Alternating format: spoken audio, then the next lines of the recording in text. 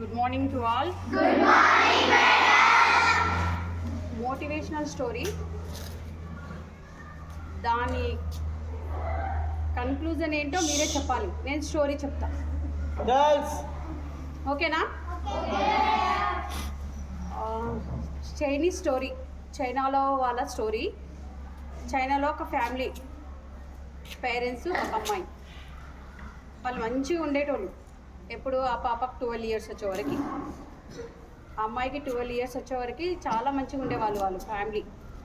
ఆ పాప ఒకరోజు ఏం చేస్తుంది, కైట్తో ఆడుకుంటా ఆ కైట్ పోయి ట్రాన్స్ఫారం ఉంటుందా దానికి తగిలింటుంది. ఆ కైట్ తీసుకోవడానికి ఆ పాప వెళ్ళింటుంది ఒక రాడ్ తీసుకొని. రాడ్తో తీద్దామని రాడ్తో ఇట్లా అనేసరికి షాక్ కొట్టి ఆ అమ్మాయికి 2 చేతులు పోతాయి ఇక్కడ దాకా. 2 చేతులు పోయిన తర్వాత అమ్మాయికి చేతులు ఉన్నప్పుడు చేసుకునే పని వేరే ఉంటుంది, చేతులు లేనప్పుడు చేతులు ఉండి ఒకసారి పోతే మనం పని చేసుకోలేము కదా. అమ్మాయి కూడా చేతులు పోయిన తర్వాత తన పర్సనల్ వర్క్స్ కానీ మిగతా వర్క్స్ కానీ చేసుకోవడానికి చాలా ఇబ్బంది పడుతుంది. వాళ్ళ మమ్మీ హెల్ప్ చేస్తుంటే వాళ్ళ డాడీ హెల్ప్ చేయనీయడు. ఎందుకంటే తన పని తనే చేసుకోవాలి, ఎప్పుడు మనం తన పక్కన ఉండం కదా అని. అప్పుడు అమ్మాయిని వాళ్ళ డాడీ సపోర్ట్ చేయకపోతే వాళ్ళ మమ్మీని చేయడానికి పని. ఇంకా అమ్మాయి కాళ్ళతో తినడం, కాళ్ళతోనే స్నానం చేయడం, కాళ్ళతోనే బట్టలు వేసుకోవడం అన్నీ చేస్తుంది. తర్వాత సైకిల్ కూడా, చేతుల సహాయం లేకుండా సైకిల్ తొక్కలేరు కదా, సైకిల్ కూడా నేర్చుకుంటుంది. 2 kilometers డిస్టెన్స్లో తన స్కూల్. సైకిల్ తొక్కడం వల్ల ఫస్ట్ స్టార్టింగ్ కింద పడిపోతుంది.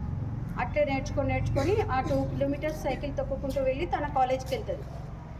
ఒకరోజు తనకి పర్సనల్ ప్రాబ్లం వల్ల ఇంకా క్లాస్లోంచి ఫాస్ట్గా పరిగెత్తుకుంటూ వెళ్తుంది. చాలా ఫాస్ట్గా, చేతులు లేనిది మనం అంత ఫాస్ట్గా నడవలేము, పరిగెత్తలేము. ఒకసారి మీరు కూడా ట్రయల్స్ వేసి చూడండి. ఈరోజు చేతులు కదలకుండా ఏ పని చేయలేము, వాకింగ్ కానీ రన్నింగ్ కానీ. తను చేతులు లేకుండా చాలా ఫాస్ట్గా పరిగెత్తుకుంటూ వెళ్తుంది. అది ఒక కోచ్ చూస్తాడు. ఒక కోచ్ తనని చూసి అమ్మాయికి చేతులే లేవు, చాలా బాగా పరిగెడుతుంది అని చెప్పి స్విమ్మింగ్ చేస్తుందో చేయదో చూద్దామని స్విమ్మింగ్ పూల్లో తనని పడేస్తాడు.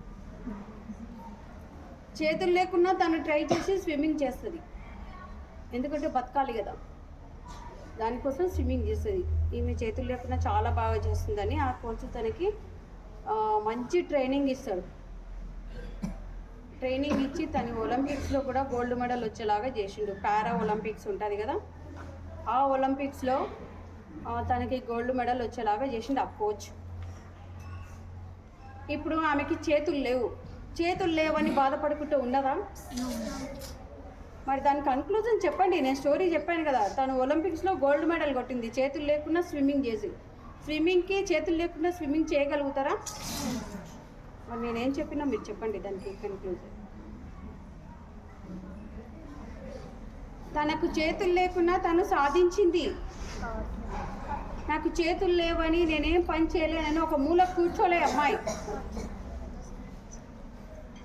నేనే చెప్పిన సగం మీరు చెప్పట్లేరు.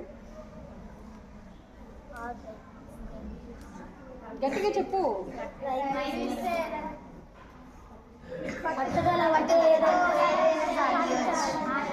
Practice makes man perfect. తను చేతులు లేకున్నా కష్టపడి నాకు చేతులు లేవని బాధపడకుండా ఒలింపిక్స్లో గోల్డ్ మెడల్ కొట్టడం జరిగింది. ఓకేనా? ఇది సోషల్ ఇష్యూకి ఎలా రిలేటెడ్?